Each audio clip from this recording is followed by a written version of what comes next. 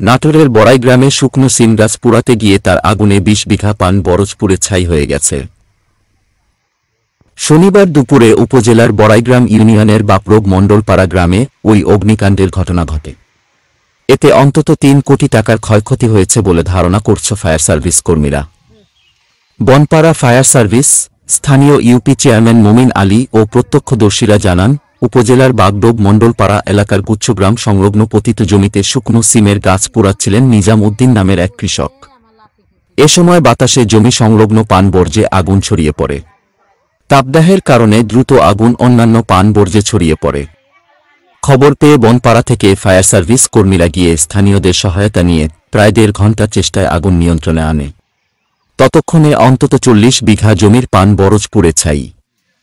বরজ মালিক জামাত আলী ও খতিব আলী জানান, তাদের প্রত্যেকের ৩ বিঘা করে পান বরজ ছিল। প্রতি বিঘা জমি পুড়ে অন্তত ১২ লাখ টাকার ক্ষতি সাধন হয়েছে। পরিবারের আয়ের একমাত্র উৎস ছিল পান বরজ।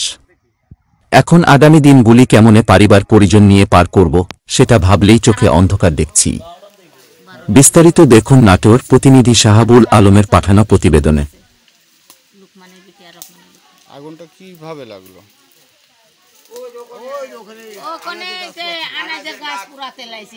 কে পুরাত লাগছিল? নিজাম পুরাতে লাইছিল।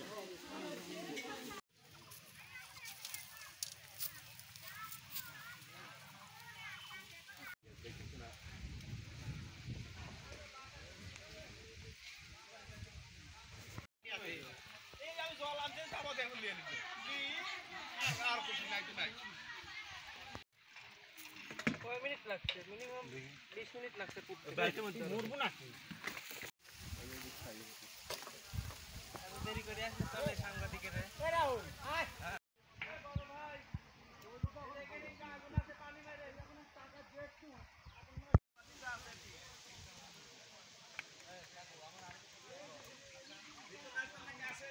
লাগাইছে।